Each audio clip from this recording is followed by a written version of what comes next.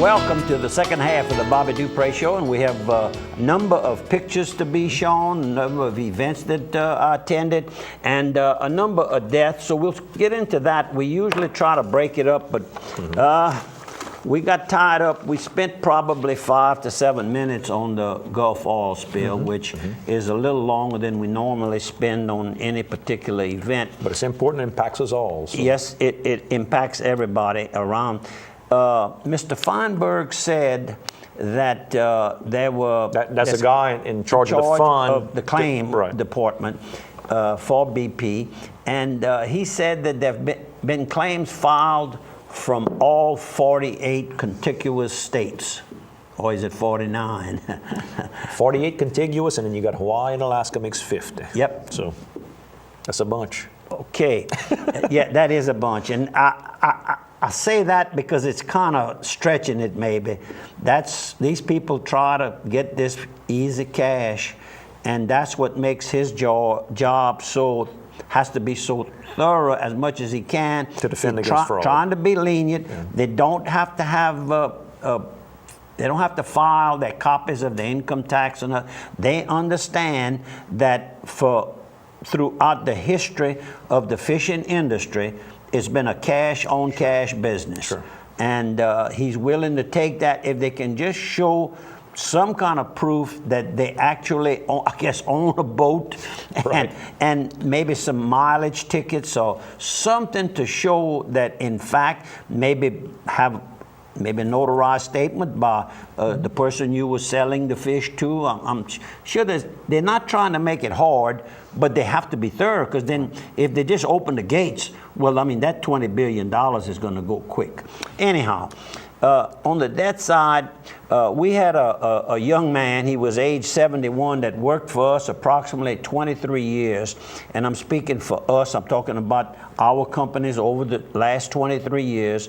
James David Sarver, better known to all of us throughout our area, and probably in the Crowley area where he lived as David Sarver. And I was able to stay in touch the last few days with his daughter Jackie, and to keep up. I knew things were turning real bad for him. He was diagnosed with lung cancer approximately 1 month ago. Went in for a bad cold, saw it was pneumonia, then saw it was cancer. That's correct. And just didn't last, didn't suffer, so that's, I guess, the good side of it.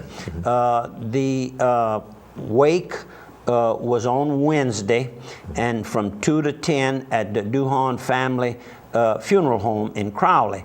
And the services on Thursday, today, are going to be from 10 to 2. You can view the body at the Pentecostal Church on I-10 on it's known, the service road there is known as the Egan Road. And he is survived by his wife, Miss Dorothy, and 3 kids. The daughter Jackie, and then she has 2 brothers, Ronnie and Dale. I've basically met the whole family the latter part of last year, probably September, October. He did a lot of work for me, and like at the condo in over at Sycamore Point. And so one weekend I offered it to him. I said, David, you never go on a vacation, you never take any trips. How would you like to go there? I said, I know you enjoy it when you work there, you fish late at night. Oh, he said, that would be wonderful. Well, he brought the family, and they really had a good time. And I had forgotten that I had given him that weekend, and I drove up on the Friday afternoon, and I started laughing, and Vicky said, what you laughing about? I says, I've loaned the camp out to David and his family, David Sarver and his family, and she says, well, that is good. She said, what are we going to do? And Miss Brenda was right there next door, my neighbor next door, Brenda and Christy, and Brenda says, don't worry, you're not going back, you're staying with us this weekend. So it worked out good, and Jackie and I reminisced about that today when I was getting the details. He came to work the same year that I did back in 1988 over at the office. And the first project, within 4 months of me being involved, we had a computer center burned down. We built a brand new computer center. And I say we, it was Mac Lejeune and David Sarva. And of course, I had to help get everything right, so I had to grab hammers and drag. You know, I was more of a tool dragger than a tool pusher out there to help. But got to know David very, very well, working hard there, and Mac both, and just what a fine guy, really fine guy. I call him a great Christian guy. You paid him for a day's work, and he gave you a full day's work. And I mean, he liked to smoke his little cigarettes. We can say that now, Miss Dorothy. I guess she knew, but he acted like she didn't know. And he liked his coffee. And coffee. So I wrote me a little note here. We'll now save money on coffee because he drank coffee all day long, and always had a little story. He liked jokes, but he liked the kind you tell it's a story joke, not just the punchline. Not a dirty joke. Clean Yeah, joke. Good Christian joke. That's right. What a man. And so to all of his friends and family, and I noticed that Ebert Benoit had called while we were taking a break, but I didn't have a chance to return it. I'm sure he was to discuss that. Because he worked for Ebert. That's the story. I'm going to give it to you right now. It's going to take a little bit of time, but it's okay. The way I got to really knowing David Sarva, he was working kind of part-time, full-time over at South Street Lumber that Ebert and Rose Benoit operated. And one day I called Ebert. I said, could you deliver this refrigerator for me? I was married to Christy Bourgeois at the time, and we were moving it to Lafayette, if my memory serves me right. So he says, yeah, I'll bring David and we'll do it. So we loaded it up, we brought it over there, and on the way back, I says, by the way, I said, I've hired a carpenter through you. Mac was working for him at the time when I hired Mac. And he says, well, what would you consider hiring David? I said, well, no, David's working for you. He said, well, really don't have a lot of work right now for him. You'd be doing David a favor here. Well, I said, David, you want to come to work for me? He said, well, sure. We knew each other casually. Right. And I said, well, good, you hired as of right now. So when we got back to Opelousas, he went right to work and of course, worked until the very last day that he had health. I had a water pipe break in the last 6 weeks and came by and fixed the water pipe for me. So, I mean, just anything he could do. And I tried to give him, let me just give you a little money for your gas. He didn't want, I give him a cup of coffee. That's as far as he let me go. We're going to miss you, David. Coach Shipley, yes, we will. Coach Shipley died. That's another person well known in our community. He was about, I think, 83 years old, something like that. During the glory days of UL basketball. When they really were dominant. He brought basketball to, and then Lou Fro, let me get my... Lou Fontenot. Lou Fontenot, yes. Got your okay, notes? right here. That's him right here. Right. And of course, he was age 86. He was from Church Point, and of course, I knew him through Ashley Chris. Ashley's sister, Dot, was married to Lou Fro. Right. And of course, goes back, he worked about 41 years, I read in here, for Canal Refining and Cody Dupre. Your brother. And Mr. Jimmy Daigle, Ginger's father and Megan's grandfather. Right. And they were a team of men that they must have all gone to work for Canal when they opened the refinery. And they were company men. They stayed for life. They stayed for life. And of course, we were put on notice before the paper actually showed it by Melba Chris, who was a brother-in-law. Right. And he was a real fine fella. He's survivors of two sons, Joey and Brent, and a daughter, Joy Daigle. So to all of the Lou Fro Fontenot family, our deepest sympathies. One more real quick one, Mr. Albert Kennison.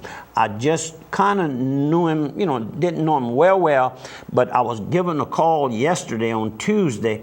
I was given a call that he had died by his neighbor, Malcolm Lalonde. So Mr. Albert Kennison lived out on Highway 31. He was a retired school bus driver, well known. what's the sign say? Prairie Laurent. Prairie Laurent. Prairie Laurent. That's where he was probably born and raised, right there. How about a couple of sponsors? Dixie Storage, all your storage needs, personal and commercial, little units, big units. You know, I keep talking about the college time. You're sending kids off to college, getting out on their own. Maybe you're redoing your house. Plenty of place to put your furniture at Dixie Storage. They've also got their trucking company, Dixie One Trucking. In the mornings, I try to get to the office by 6. And I can tell you, it's not often that I'm not between that office and our home office, I don't see a Dixie One truck bringing inventory, moving between the different branches. They can do inventory control for you, finish delivering the loads for you. They've got A-Plus Glass, a sister company that does inspections and glass repair, glass windshield replacements and fixing, and they do your commercial and personal glass at home as well. That is all the Dixie Storage companies. One more sponsor. Let's go to Joe Smith Furniture. Joe Smith Furniture right here in Annapolis is right off of I-49 near the Crestwell Lane exit. Go in there. Furniture selection second to none. You know, Easter time and springtime is when you do a lot of things. You revamp the house. Good time to go and see those good bedroom sets, those good dining room sets, living room sets. They've got it all. They've got a mattress outlet as well to get you some nice new mattress. I know a lot of times your bedroom set might be okay, but it don't sleep the same. Go by, take a look, get yourself a nice new mattress and box spring set, fix you up over there at Joe Smith Furniture. Okay, what about a picture or two? Let's go back to New Orleans to the wedding at Pat Morrow's daughter. Immaculate Conception Catholic Church, beautiful church, directly across the street from the famed Roosevelt Hotel. Right. And here is Craig Morrow, the son of the mother he's walking. Craig is, I guess, maybe the eldest child in the family. I'm not quite sure. I think he is. And of course, Alice was beautiful as usual. And then here comes the father, proud father, I might add here, and the beautiful bride, Celeste. Man. And Pat Morrow, of course, is the father. I see a bunch of Opelousas faces back there. Oh, Lord, the Opelousas was there. Now, this we're changing completely here. I met a gentleman by the name of Joe Rink, I don't know, maybe 6 or 8 months ago at Evangeline Downs. He's very interested in horse racing, and in fact likes our area so much that he actually bought a home to spend his days when he's attending the races here. He has a son, age 39, Jay Rink, who has Lou Gehrig's disease. And a group of friends, a large group of friends, got together and threw a benefit fundraiser on this Sunday. So before I left, I was running kind of late, so we drove by in, I guess that would be in New Orleans East, and Lakeshore is where it was. Okay. And here is a picture of Joe Rink himself right here. And this gentleman here, I'll get just give me a little time. Don't fuss at me yet. There you go, right here. You got it. Right here is Mr. Daniel Flanagan. He's the senior pastor at the First Assembly of God in Metairie, Louisiana. Right. And he was the only man dressed up with a necktie, so I figured he was something important. Kessler was on the other side of 3. And he has been knowing Joe, you know, for many, many years, maybe, because Joe actually lives there. The place that you seen in these pictures here is the backyard or the front yard, kind of hard to describe it, of his daughter. They have some green land that was left when they developed this little small subdivision that she lives in. Right. And he says, you say you're from Opelousas. He said, do you happen to know a pastor in Lafayette that works at a funeral home and has a church? I said, oh, you talking about Benny Repart? God, he like to fell back in his chair. He says, you know him. I said, very well. Everybody knows Benny. Read his articles every Friday in the Daily World? In the Friday, the Daily World. I cut one out. Won't have time to read it. But okay, let's go. Let's just give you an idea of how large this is. Oh, look, Drago's was there. Drago's was there. Famous for grilled oysters. Grilled oysters known throughout the world. Man, and they were all free, donated. Everything was donated. All the food, the drinks, everything was donated. And here's Mr. Joe again. And then Jay's defensive line.